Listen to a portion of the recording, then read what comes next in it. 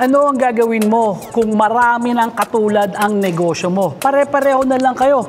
Maraming gym, maraming sari-sari store, maraming coffee shop. Panoorin niyo po kung ano yung maisasuggest ko na pwede niyong gawin. Gandang araw po, ako po si ERP, na Jim D po. So talagang hindi mo maiwasan sa pagmisa sa negosyo na magkatulad-tulad kayo. Naging topic ko na nga dati yan na ang problema sa Pilipino kasi pag minsan, pag nakita nila na nagkiklik, yung isang negosyo, ginagaya nila. So, paano kung marami nang nagtayong gym? Paano kung marami nang nagtayong sari-sari store? Or marami nang nagtayong coffee shop? Pwede ka ba bang magtayo? Pwede pa. Ito yung suggestion ko. Kagaya namin. Nagtayo kami ng gym sa Cavite City, marami ng gym sa Cavite City. Nagtayo kami ng gym sa Tarlac, marami ng gym sa Tarlac City. Nagtayo kami ng gym sa Lipa, marami ng gym sa Lipa City. Ang ginawa kasi natin, oo, marami na kayong magkakapare-pareho na gym. Magkakapare-pareho ng negosyo. Pero dapat, hindi kayo magkakatulad-tulad. Paano mo gagawin yun? Kagaya sa amin, marami ng gym. Dapat, doon sa itatayo mong gym or yung existing mong gym, dapat baguhin mo in such a way na merong kakaiba doon sa gym mo. So, lahat sila pare-pareho ng gym. Pero doon sa gym mo, may kakaiba. Ano yun? Kagaya nito, sa Gym Republic, ang kakaiba sa Gym Republic, malalaki. Pakita natin yung Cavite, Tarlac at Lipa. Puro malalaki yan. 1,000 square meters yung pinakamaliit na gym natin. So, ang unique dyan, kahit marami na akong kakompetensya doon sa Tarlac, Lipa, malaki yung gym ko, tapos ang mga gamit ko, pare-pareho. 5 crossover, 5 dumbbell rack, 3 lat pull down, 3 rowing, parang hindi magpipila-pila. So, paano kunyari kung sari-sari store ka, ang dami nyo ng sari-sari store, di ba? Dapat may kakaiba din sa sari-sari store mo. Pagpalagay nyo, kunyari, pare-pareho kayo ng tinda doon sa sari-sari store nyo. Ito, yung kaibigan ko, gato ginawa niya. Pare-pareho silang sari-sari store, pero may isang portion doon sa sari-sari store nila na pwedeng upuan sa loob.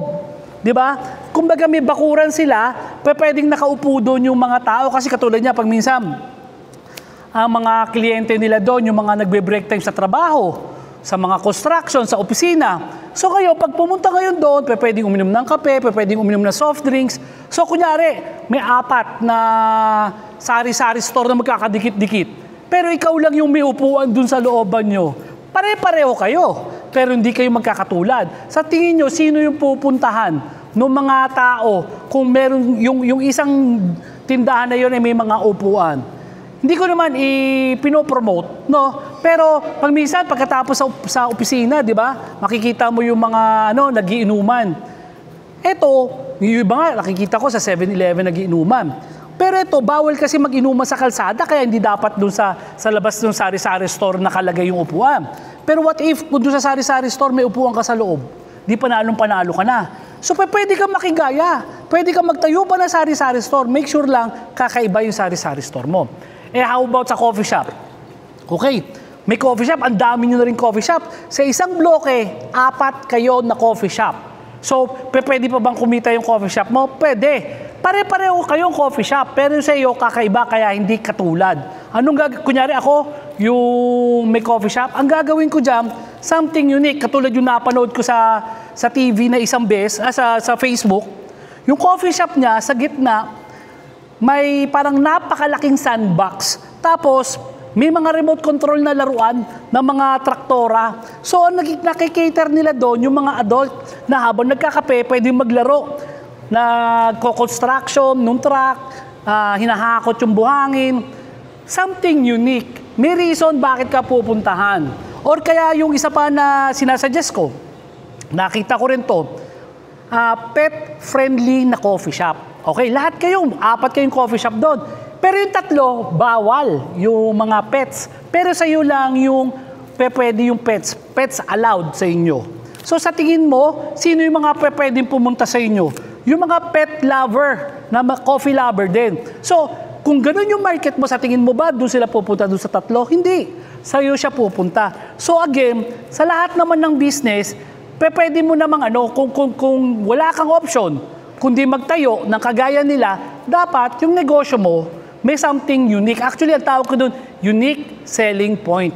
So, pwede kayong pare-pareho, pero huwag kang tumulad. Dapat meron kang kakaiba. Katulad nito, itong igagawa natin na proof of completion kay Sir Darrell Duenas ng Bacolod.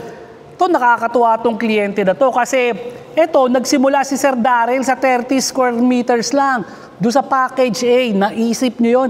Ang liit-liit lang ng 30 square meters siya. Pero after 2 months or 3 months, lumipat siya sa mas malaking area kasi dumami na dumami yung tao doon sa gym niya. So ngayon, mapapansin nyo, siguro sa isang taon nakakadalawa, 3 beses siyang o-order sa atin, nagdadagdag. Itong equipment na idadagdag ni Sir Darrell Duenas, bihira po ito.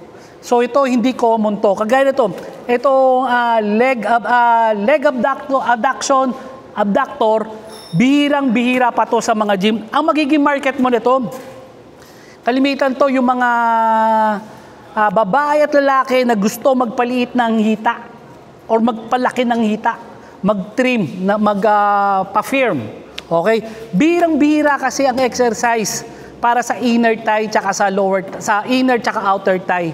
So, bihirang-bihira yung exercise or yung machine. Pero hindi katulad nito, ito, 2-in-1 na to. So, pwede mong i-adjust. Pwedeng pa-squeeze para sa inner thigh. 2-in-1 siya. So, pwede rin tong sa outer thigh. So, pabuka naman.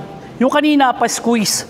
So, ito, para sa outer thigh. Ang kagandahan kasi nito, hindi lahat ng mga gym meron nito. At sa tingin mo, kung marami ng gym dun sa lugar nyo, tapos ito, yung gym mo meron nito, may mga rason yung ibang tao na pumunta at dumayo sa gym mo kasi may kakaiba na equipment na wala sa iba. Diba? Tapos ito, i-demo na rin natin to para kay Sir Robert to. To, ang kagandahan nito, 2-in-1 to. Dinesign ko to kasi alam nyo naman, katulad nung napanood nyo kanina, 2-in-1 yun. Leg abduction, adduction. So ito, 2-in-1 naman. Dinesign ko rin siya. Ito, seated dips. Una, seated dips. Ako kasi, mahina yung braso ko para mag-dips kasi bali eh. Pero ito, kung mahina ka pa at beginner ka pa, pwede ito ang simula mo mag-dips. Ito, pwede mong kargahan ng plato kung gaano kabigat yung kaya mo. Tapos eventually, magpapabigat ka ng papabigat nung binubuhat mo para nang sa ganun, darating yung panahon, kaya mo nang buhatin yung sarili mo. So unang kayang gawin nito, seated dips. Pero etong gagawin ko na to, eto yung marami naghahanap nito. Kasi bihira sa gym ang may hip thrust. Tong hip thrust na to para sa puwet to eh. So ito, bukod sa seated dips, pwede kang mag-hip thrust. So ito, marami naghahanap din ito, lalo na yung mga kababaihan natin. Itong machine na to at saka ito, marami naghahanap nito na mga babae. Diba? So something unique. Tapos ito, pakita natin itong kay Ma'am Grace Villaviray ng Nasugbu, Batangas. So ito, in-order niya sa atin to, madalian to. So ito, papaliwanag ko ng mabilisan. Kasi, ang in-order niya isang super rack, tsaka isang RP Smith machine. Ang super rack kasi, sa kanan, sa mga di pa nakakapanood, sa kanan, may lat pull down po to. So, pwede ka mag-lat pull down dito. Bukod sa lat pull down, meron ka ring squat rack. Nakatakip na lang to kasi di-deliver na natin. Itong squat rack area na to, meron din siyang deadlift rack. So, pwede ka, kunyari, may tiles or ayaw mong gumalabog doon sa gym mo. So, dito ibinabaksak yung pag nagde-deadlift ka. Tapos ito, bukod sa squat, pwede ka rin mag-bench press dito. Gamit mo yung adjustable utility bench. Pero itong super rack na to, kakaiba to kasi ang i-deliver natin kay Ma'am Grace is adjustable pulley. 3 klase po kasi ang ating super rack. Yung isang unang super rack natin, plate loading. Nilalagyan ng plato, tapos tatanggalin. selectorized, ito, gagamitan mo na lang ng pin para gumana. Pero yung pulley noon, fix sa taas at baba. Mamaya papakita natin kay Sir Darrell. Pero ito, adjustable pulley to. So ito, mas mahal ng konti doon sa regular na Super Rack at Smith machine.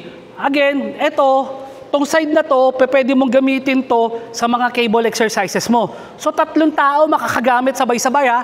Isang tao na gumagamit dito, isang tao na gumagamit sa unahan, at isang tao gumagamit sa kanan. Tapos, ito yung combo niya. Yung combo niya, RP Smith machine. Yung RP Smith machine niya kasi, sa kanan naman, kalahati ng crossover to. Kalahati ng crossover. Sa unahan, Smith machine to. At sa kaliwa, rowing machine. So, pwede kang mag-row. Ang kagandahan kasi nito, pwede na naman 3 tao sabay-sabay na gumamit ng RP Smith machine.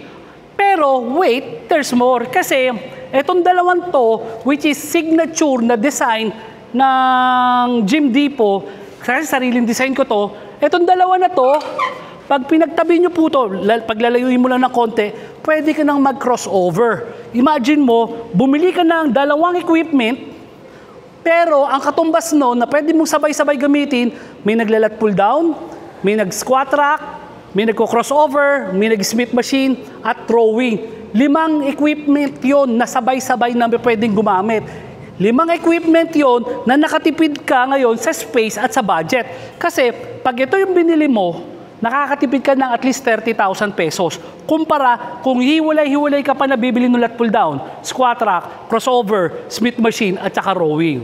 So ito, something unique. Lalo na to kung kung meron ka ng established na gym, kunyari, may dati ka ng gym, ito, number 1 na pwede kong i-recommend sa'yo na kung wala ka pa nito, i-recommend ko sa'yo na idagdag mo. Bakit? Kasi ito, maliit lang yung kakainin na space. Pero 6 na tao ang pwedeng sabay-sabay na gumamit. Over 50 exercises ang kayang gawin. Ito, last but not the least, ito yung Smith machine ni Sir Darrell Duenas. Ang pinagkaiba ng Smith machine na to, ang pulley niya kasi is fix sa taas at fix sa baba. So, 2 klase kasi yung Smith machine natin. Ito po, mas mura ng konti, fix yung pulley sa taas at fix yung pulley sa baba. Unlike yung dito, adjustable yung pulley natin. So option nyo po yun. So again, mabalik tayo dun sa pinag-uusapan natin. Okay lang kung hindi mo maiwasan na magtatayo ka ng negosyo nang may katulad ka na. So pwede mo naman pwede ka pa rin magtayo. Pwede ka magtayo ng gym at kung ano pang business. Pero make sure na yung itatayo mong business, yung itatayo mong gym, una, may kakaiba sa loob ng gym mo. Pero ito yung pinakasikreto. Kumbaga bottom line, hindi lang sa unique, meron kang sinusolve na problema. Maraming gym Kunyari, marami ng gym sa community nyo. May 5 gym. Pero, may mga problema bawat gym pero isa sa mga problema ng mga gym is yung pagdating ng alas 5, alas 4, alas 5, pababa hanggang paggabi, ang daming tao. Pag dumami tao, siksikan yung mga tao at nag-aagawan doon sa mga gamit. So ano ang solusyon doon? Dapat meron kang higit sa isa na mga equipment. Kung meron ka nun, let's say 5 gym meron doon, tapos yung 4 pare-pareho na equipment, pero ikaw doble-doble. Sino sa tingin mo pupuntahan ng tao? 'Di ba? Ito hindi to solusyon para sa magtatayo pa lang ng gym. Solusyon din po to kahit may existing ka ng gym, pwede mo pang dagdagan yung gamit mo, may lat pull down ka na. Okay lang magdagdag ka pa ng isa, kagaya to Super Rack. Kasi kung may lat pull down kang isa, pag ito binili mo, nakabili ka na isang lat pull down na doon, pero may squat rack ka rin.